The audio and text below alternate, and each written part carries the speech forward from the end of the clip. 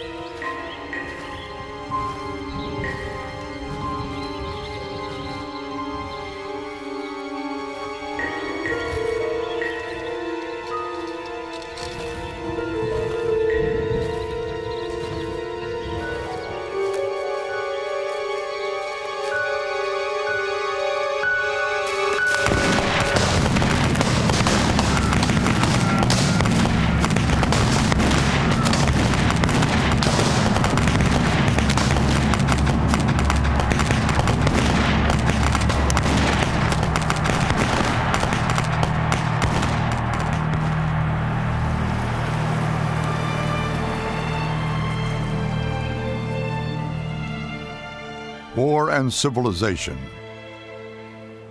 The story of mankind cannot be divorced from the history of war. War and Civilization looks at man's achievements over 5,000 years.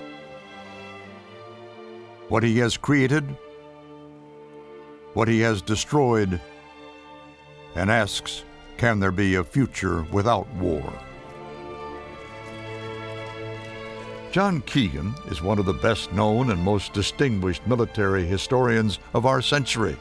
He has spent a lifetime studying war, why men fight, how men fight.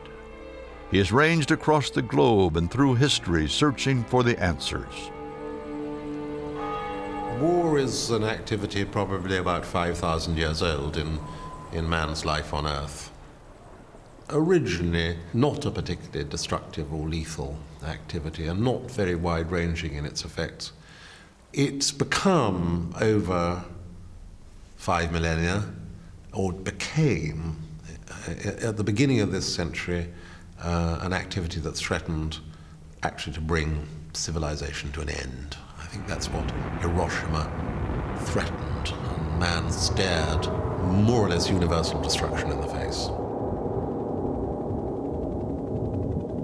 War is collective killing for a collective purpose. I don't think that you can produce any more refined or elaborate definition.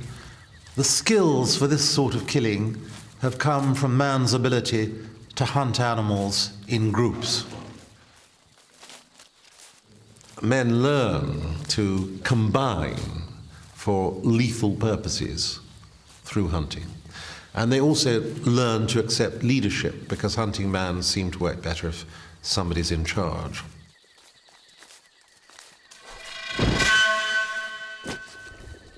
And this translates into war where men cooperate under a leader to kill other men. When cave dwellers became farmers and created settled communities, they became vulnerable. Nomadic raiders saw their crops, their tools, their livestock, their women, and tried to take them. The origins of war lie in theft. War began when hunters discovered that settled peoples were easy meat, were a form of prey themselves, and they had things that were valuable. The settled people started to try and defend themselves, At first, perhaps simply by fortification, by making refuges which raiders couldn't penetrate. As villages grew into cities, cities into states, and states into empires, conquest led man into battle. The history of empires is written in blood.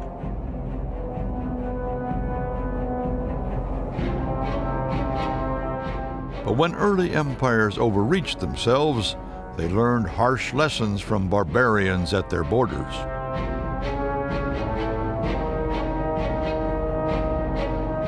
As man embraced the idea of religion, he took up the sword. Countless wars have been fought in the name of one true God, of Islam, of Christianity. When the power of a political ideal gripped a people, revolution led them to overthrow their rulers. And when one political creed faced off against another, the world faced Armageddon.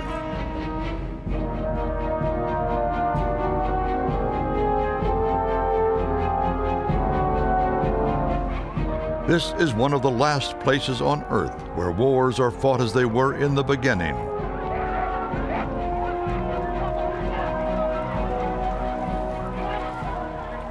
In the beginning, warfare was simple. Eyeball to eyeball, one group of men armed with primitive weapons squared off. They exchanged insults, and then they fought hand to hand. They stopped when first blood was drawn. Early war was non-lethal, inconclusive, indecisive. 2,500 years ago, the ancient Greeks transformed war into what we know today.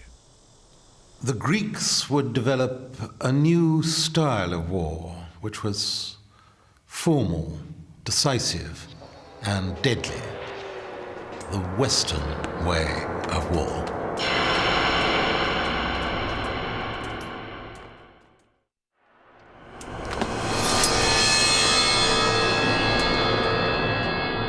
This is the first modern soldier, a hoplite. He appeared in Greece almost 3,000 years ago. 800 years before Christ, hoplites invented a way of fighting that survives to this day. A way of fighting that has become the Western way of war. The hoplite story begins on the mainland of ancient Greece. For hundreds of years, villages fought and squabbled among themselves. As they fought, they formed alliances, and as they formed alliances, the villages grew into bigger communities called city-states. The city-states of Greece included Sparta, Corinth, Thebes,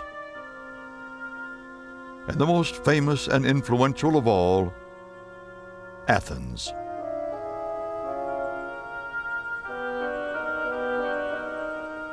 The citizens of these city-states were free men who created a vibrant culture of markets, political life, religion, and philosophy.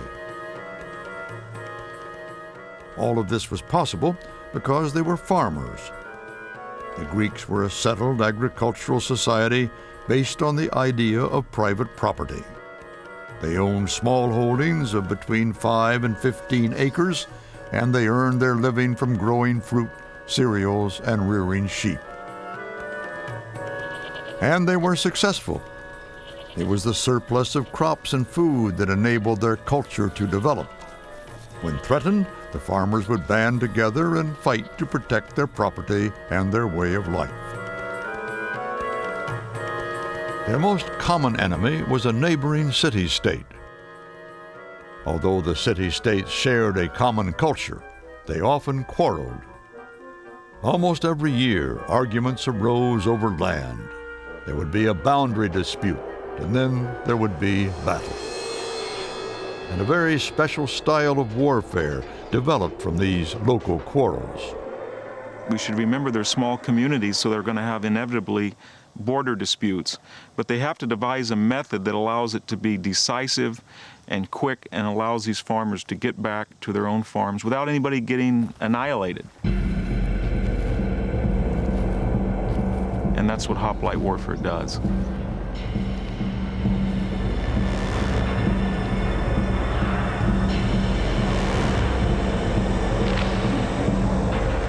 The main goal of ancient Greek warfare was to be quick and decisive. And that has been the aim of Western military commanders ever since. The weight of hoplite arms and armor, coupled with the heat of the Greek summer, meant battles were short. Because both sides had to get back to their crops, battles needed to be decisive.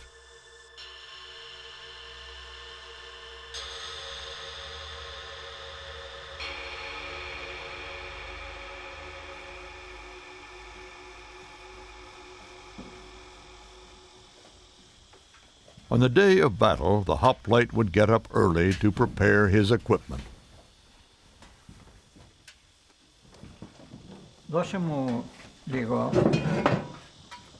Often, fathers and sons would fight side by side.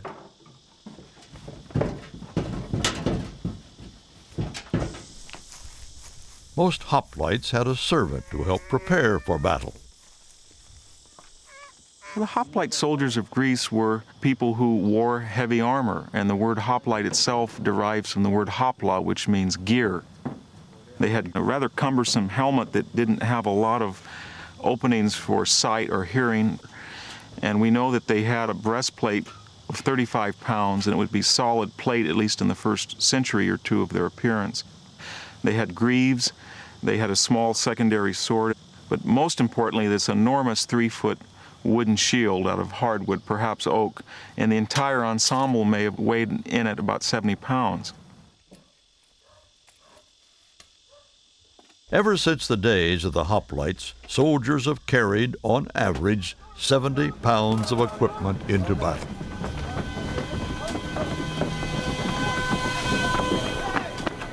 Even today, modern combat troops carry a pack and rifle weighing about 70 pounds.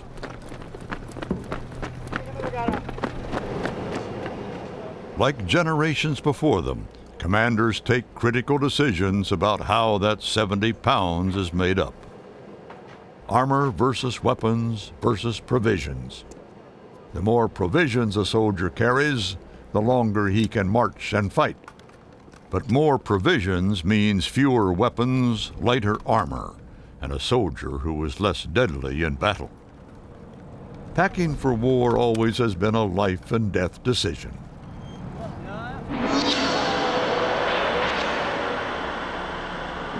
The hoplite chose heavy armor, few provisions, and heavy lethal weapons. Hoplite warrior, I think, would be a terrifying thing to look at. He would have not only his armor from his neck to his waist, he'd have greaves on his shin, he'd have this enormous shield and some type of insignia, which could be horrific in itself. It would have this crest that would bob back and forth, what we see in the Iliad that frightens small children. With weapons and armor at the ready, the hoplites formed a long line, several men deep, a phalanx. Actually, as an individual fighter, it's true a hoplite would probably be quite vulnerable because his shield is round and it would probably not protect his entire body well. Also, his sword is very short, it's a secondary weapon. You take that soldier and you put him in a line perhaps a half a mile long and 8 men deep, and then those disadvantages become advantages, and his shield protects people. He wears it on the left, it protects person on his left, he seeks protection on the man on his right. Ranks 1, 2, and 3, their spears reach the enemy, and nobody can go through that line of pikes. It's like no other formation. In Greek, the word phalanx means roller. In a hoplite battle, The key to victory was to keep the phalanx rolling. A phalanx that kept moving forward stood a good chance of victory. If it stopped or broke ranks, its soldiers were doomed. The hoplites had a simple strategy for keeping a phalanx together. In the front row were middle-aged, battle-hardened soldiers. Behind them were the youngest, least experienced men. And at the rear, the oldest, battle-hardened veterans kept the young ones moving forwards, at sword point if necessary. The style of warfare dictated the battlefield. For the phalanx to keep its shape, hoplites had to fight on level ground.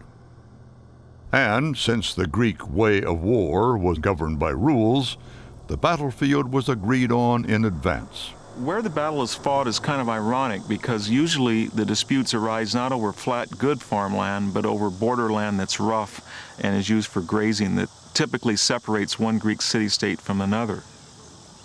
So I think what we could imagine the course of events would be something like the following. Somebody comes down from the foothills and says, the Thebans have encroached on our land. There's an assembly of Athenians. They decide that this is one time too many. They march over the pass. They take 2 or 3 days' rations in their knapsack. The Thebans know they're coming. They get to a first flat plain across the border.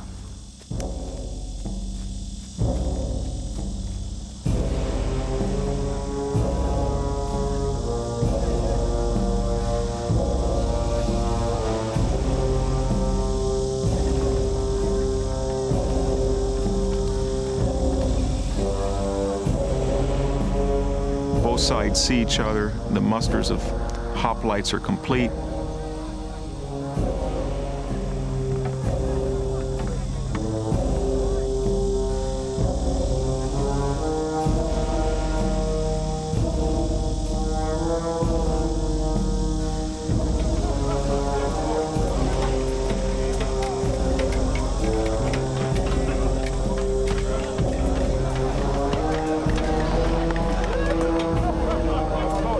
Each man would arrange in their preset place in the phalanx. They would look at the enemy. Sometimes they might look at the enemy for 10 minutes and charge. Sometimes it might be a half an hour, we hear it. In some cases it might be an hour. It's the type of warfare like none other in the world where people consciously must think what's going to happen to them in the next 10, 15, 20 minutes. There's no skirmishing, there's no guerrilla tactics, there's no night tactics. Chance is pretty well out of the picture. The chance is simply how tough you are and how willing you are to stand your ground.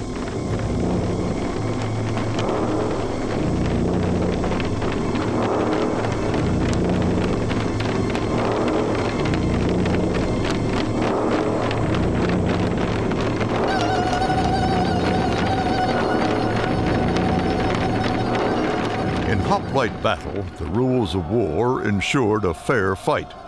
Each side sent heralds to make sure the rules were observed and to agree on who had won. The ancient poet Homer described the tense moments before battle. They made a living fence, spear to spear, shield to shield, helmet to helmet, and man to man. The spears they brandished in their strong hands were interlaced, and their hearts were set on battle.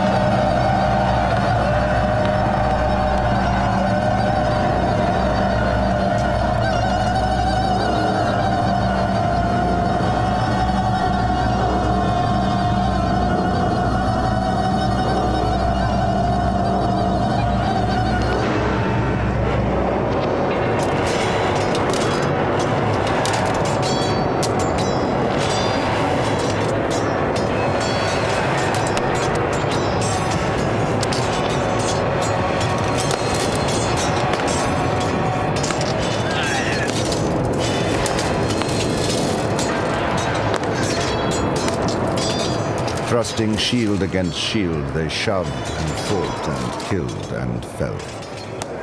There was no shouting, nor was there silence, but the strange noise that wrath and battle together will produce. Inside the phalanx, a swirl of dust, blood, and twisting bodies blinded the hoplite. His helmet muffled all sound. He could react only to the press of men about him. Sometimes brother killed brother. Being thus pressed and crowded together, he who had either drawn his sword or directed his lance could neither restore it again, nor put his sword up. With these weapons, they wounded their own men as they happened to come in the way, and they were dying by mere contact with each other.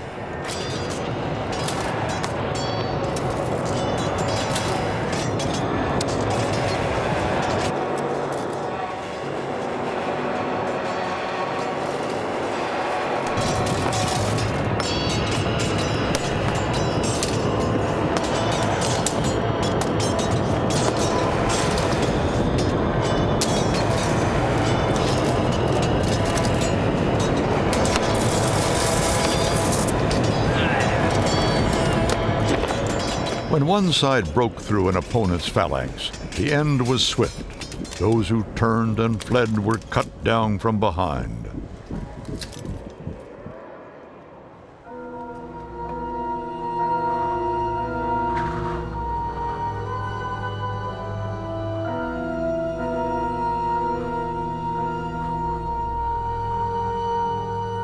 This violent, deadly, decisive way of fighting still affects how wars are fought today.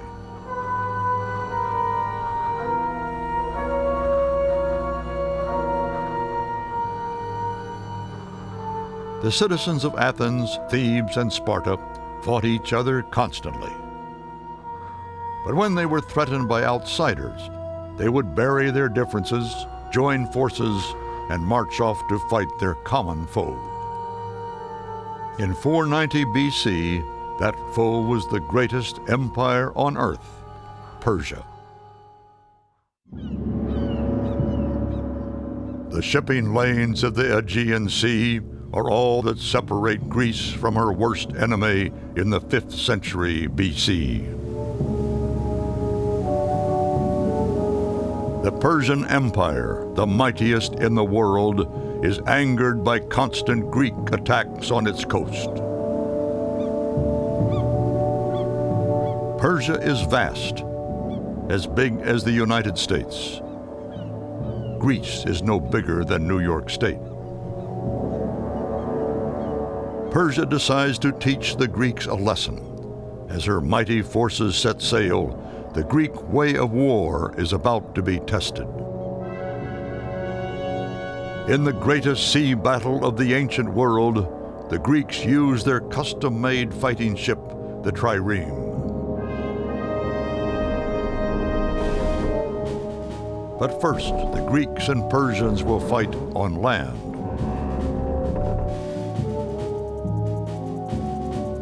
In 490 BC, an army of 25,000 Persians landed at the Bay of Marathon, confident of victory.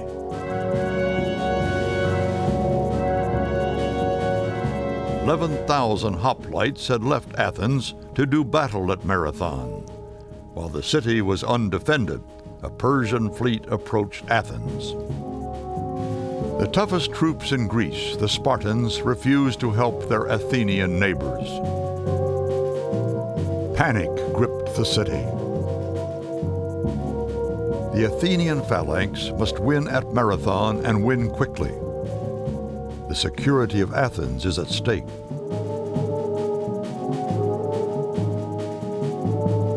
The hoplites stared at the Persians a mile away across the plain.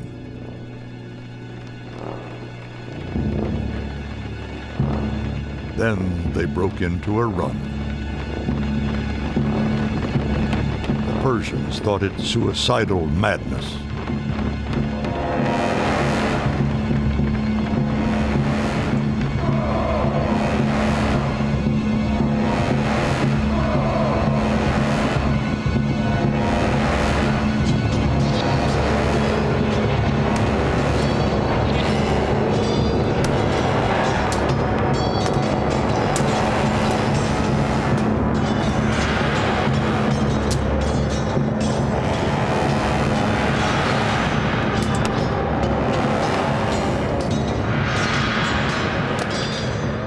The assault was so brutal it carried the day. 6,400 Persians lay dead. But Athens was still at risk. The Persian navy was still closing on Athens. A message to resist at all costs had to get through to the city. But Athens and Marathon are 26 miles apart. The Greeks sent for the only man who might get there in time, a runner named Phidippides. Phidippides set off on his legendary run, the very first marathon. As he delivered his message, he died of exhaustion. But he didn't die in vain. Athens took heart and held on until the army of Marathon returned. When the Persians saw them, they turned and fled. In this first great clash between East and West, between Persians and Greeks, the Greek way of war triumphed. Decisive action won the day. In thanksgiving for victory, the Athenians built the magnificent treasury at Delphi. 10 years after Marathon, Persia launched a second invasion. A Greek oracle foretold, "The wooden wall alone shall not fall." The Athenian commander, Themistocles, interpreted wooden wall to mean ships, fighting ships. The Athenians built a fleet of state-of-the-art fighting ships called triremes.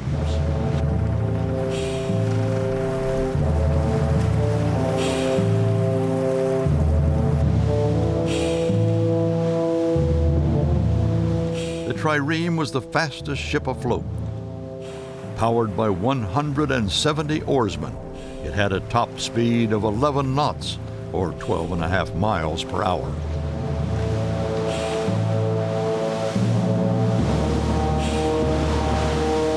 Its main weapon was a giant timber cased in bronze that projected from the prow.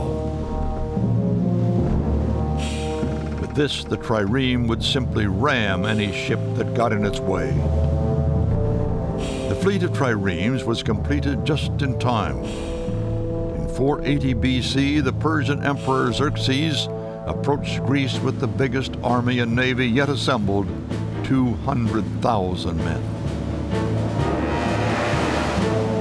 In a two-pronged attack, the Persian army attacked Greece from the north, while its fleet approached Athens near the island of Salamis.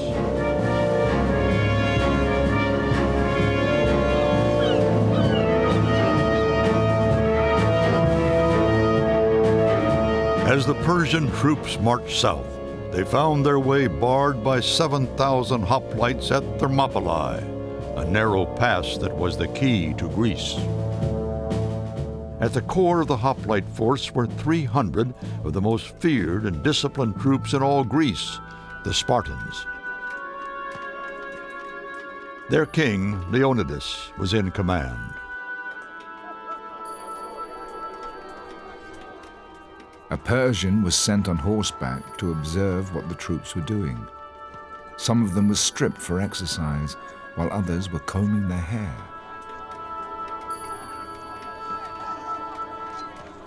No one attempted to catch him or took the least notice of him. The spy watched them in astonishment and reported back. The Persian generals laughed at the Greeks with their absurd notions of warfare. Their very presence seemed mere impudent and reckless folly. Enraged by the calm of the Spartans, the Persian commander threw his army against them. The Persian attack against Leonidas lasted 4 days. The Spartans fought until their swords broke, and then fought on with their hands and teeth, until Leonidas and every one of his men lay dead. As Xerxes and his Persian army marched on Athens, the Athenians put their faith in their wooden wall and withdrew to the island of Salamis. Then, as now, Salamis was a thriving port. Where these vessels lie peacefully at anchor, 800 Persian warships assembled for battle.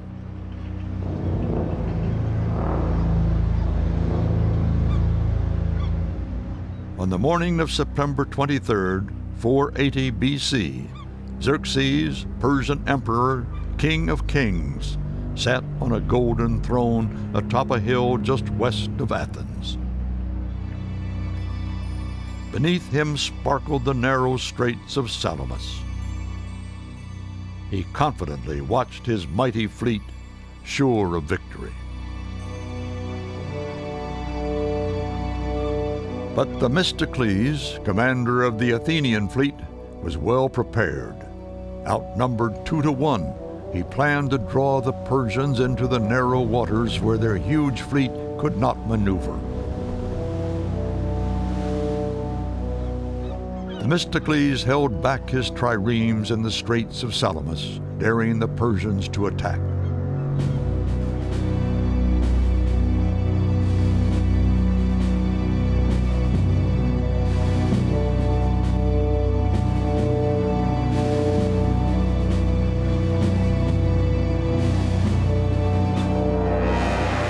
The Persians took the bait and sailed into the narrows. Themistocles gave the order, and the Athenians rowed hard toward the Persians.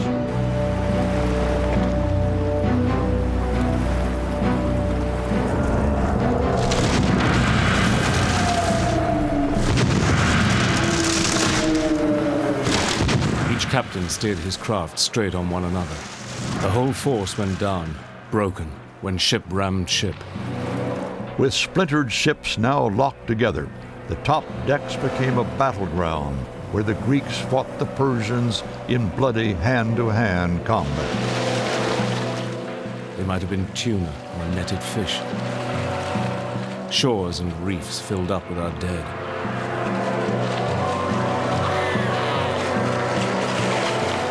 For they kept on spearing and gutting us with splintered oars and bits of wreckage, while moaning and screams drowned out the sea noise, till night's black face closed it all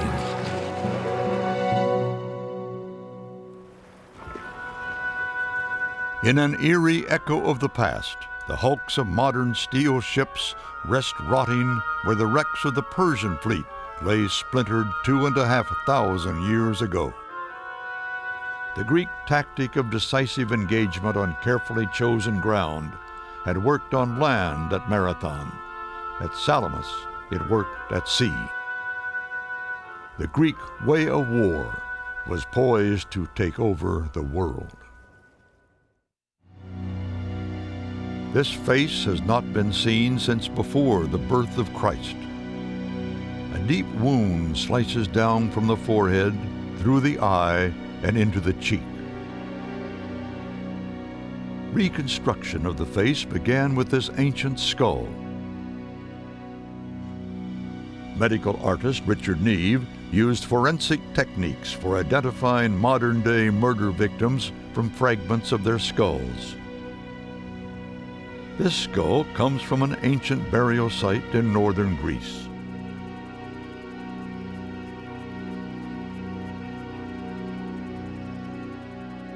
A tomb on the site contained a 2,000-year-old skull and a skeleton archaeologists believed was that of Philip of Macedon, one of the ancient world's greatest commanders.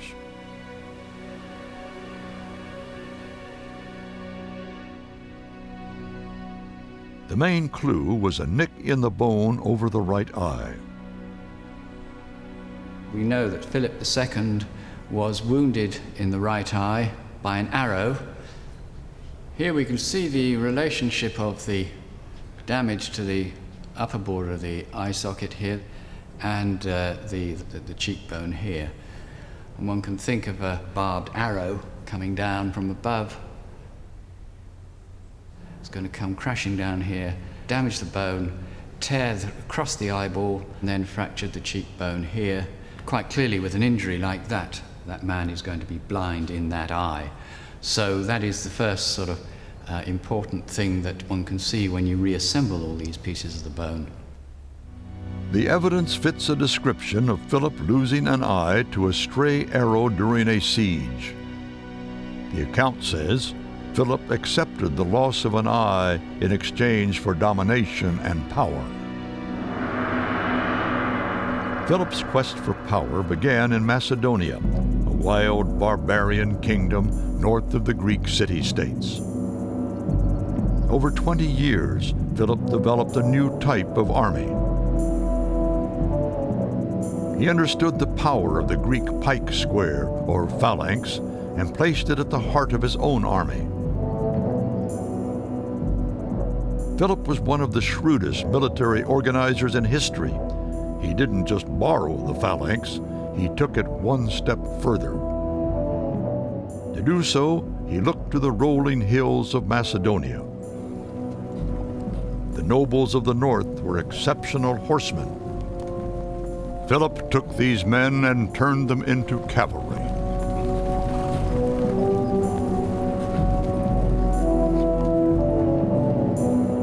From the island of Crete, he recruited fierce tribesmen, famous for their expertise as archers. He added specialist warriors whose skill with javelin and sling could disrupt enemy formations as they assembled for battle. Putting these units together, Philip created an army that was far more flexible than any of the Greek city-states had mustered. But above all, Philip increased the deadliness of the phalanx. The balance between arms and armor was tipped heavily toward arms. Philip reduced the size of shields. He lengthened the spear, or sarissa, from 8 feet to 14.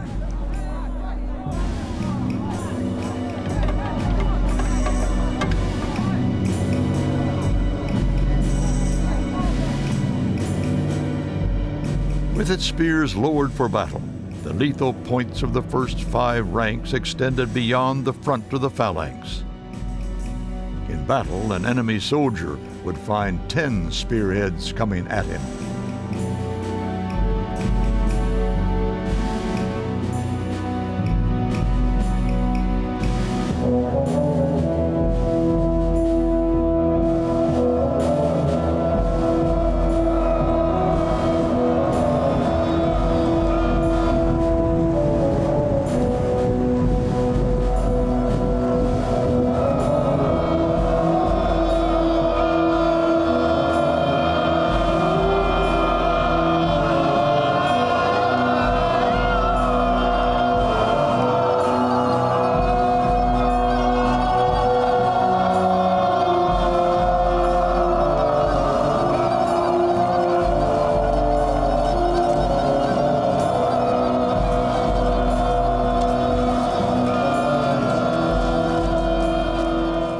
Once it was moving, with rank upon rank of pikemen pressing each other forward, the phalanx developed an unstoppable momentum. Anything that got in its way faced wall after wall of sharp, thrusting iron.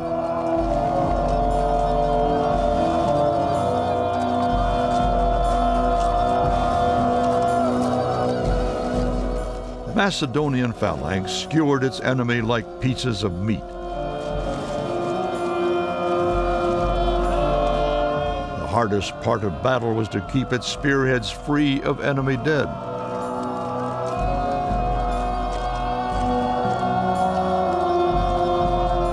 Philip revolutionized warfare not only because of the way he taught his troops to fight, he also paid them and trained them all year round. Unlike their Greek neighbors, Philip's army campaigned in all seasons. They could march 20 to 30 miles a day with their heavy equipment. No other army could match them. This was a professional army, a permanent standing army. Philip's army was unstoppable. In 20 years of campaigning, he defeated the tribes of Thessaly and Thrace, conquered much of the Balkans, northern Greece, and the European parts of modern Turkey. But the great prize lay to the south. Philip wanted the rich old city-states of Greece. He marched south through the pass of Thermopylae. On the flat plain of Chæronea, in the heart of Greece, a hoplite army stood in his way. Philip's new army was to meet the best of the old. Fighting at Philip's side was a promising young commander, his son Alexander.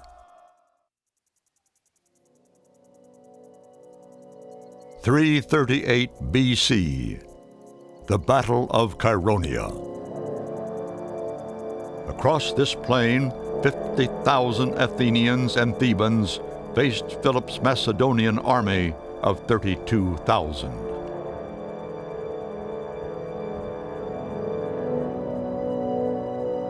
The fate of all Greece hung on the outcome. On the left flank, Philip's son Alexander commanded the cavalry.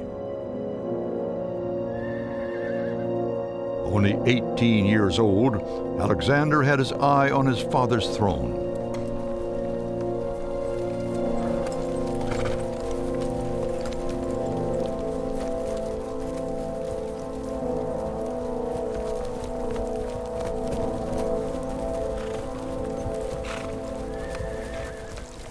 The Thebans advanced, led by their elite force, the Sacred Band, a unit of 300 homosexual lovers sworn to fight to the death.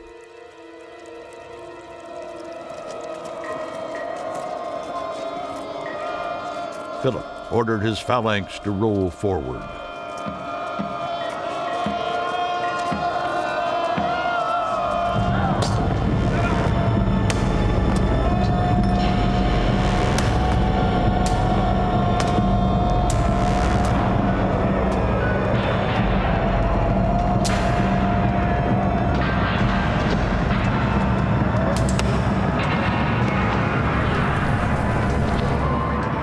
Then he feigned a retreat. He lured the Athenians forward until a gap opened between them and the Thebans. Alexander gave the order. A single headlong cavalry charge broke the enemy line.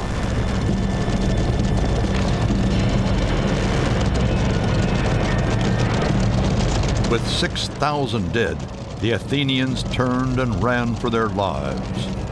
The Thebans lost 20,000. The Sacred Band was destroyed to a man.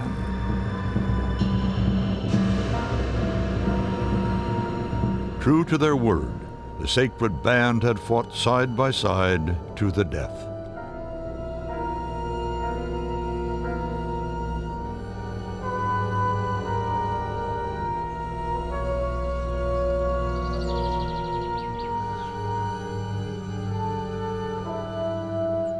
Philip so admired their courage that he approved a monument to commemorate their sacrifice. With victory at Chæronea, Philip was ruler of Greece, but just 2 years later he was dead, assassinated.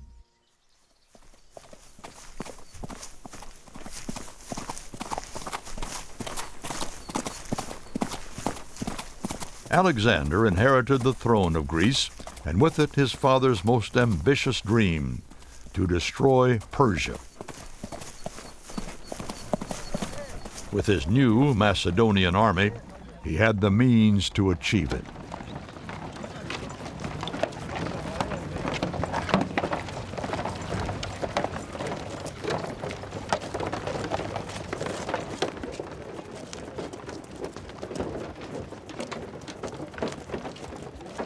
At the heart of Alexander's army was the companion cavalry. Its officers lived together as brothers, sharing risks and competing against each other in courage and military daring. Courage was something Alexander possessed in abundance. He led from the front. In his merciless treatment of the Thebans, Philip's son Alexander showed what would become his hallmark: total annihilation of the enemy. He was a ruthless person who would kill his close friends if the mood took him. He was also very contemptuous of his own safety if he felt it necessary to risk his life. 9 times wounded, once, the last time, almost to death. He was not a person to go drinking with on a Saturday night, literally, because of course it was all at a drinking session that he did kill one of his closest friends, Cleistus, by thrusting a spear through his chest because Cleistus had said something he didn't like. Over 3 years, from 334 to 331 BC, Alexander beat the Persian army at Granicus, Issus, and finally at Arbela in modern Iraq.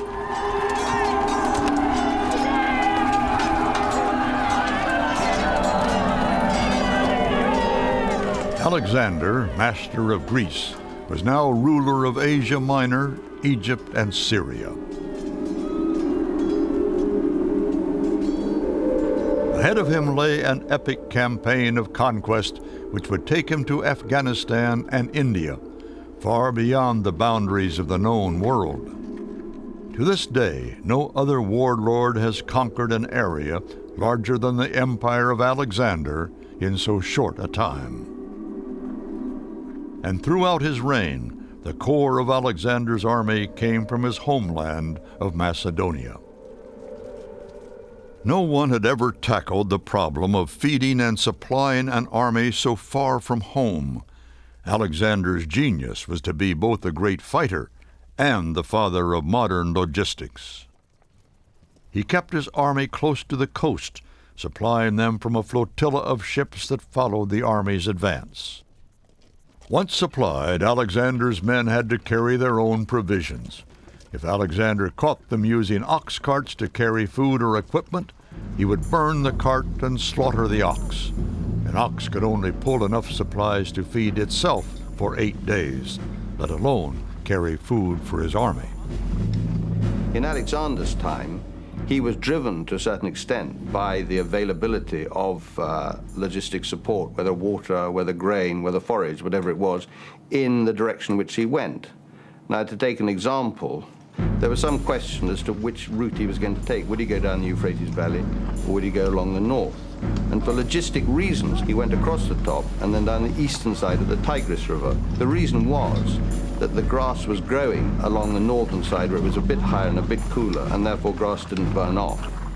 And also the grain there was in undefended villages which he could get, rather than the Euphrates Valley where there was no grass because it burnt off during the summer, and all the grain was in defended locations. That is, I think, an example where logistic considerations drove an operational decision.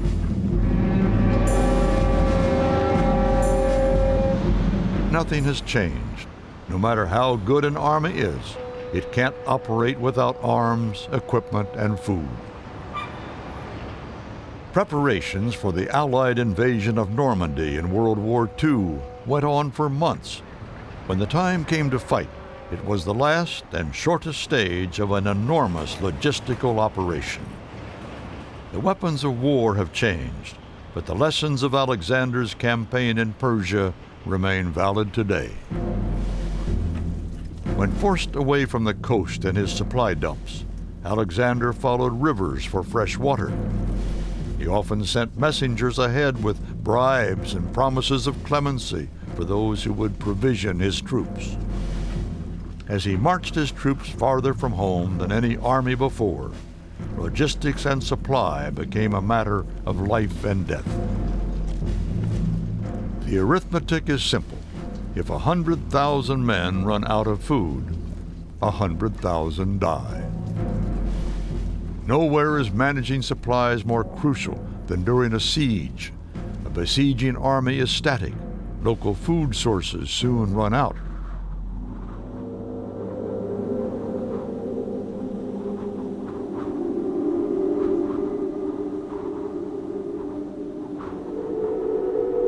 Termissos in Asia Minor sits high on a mountain peak.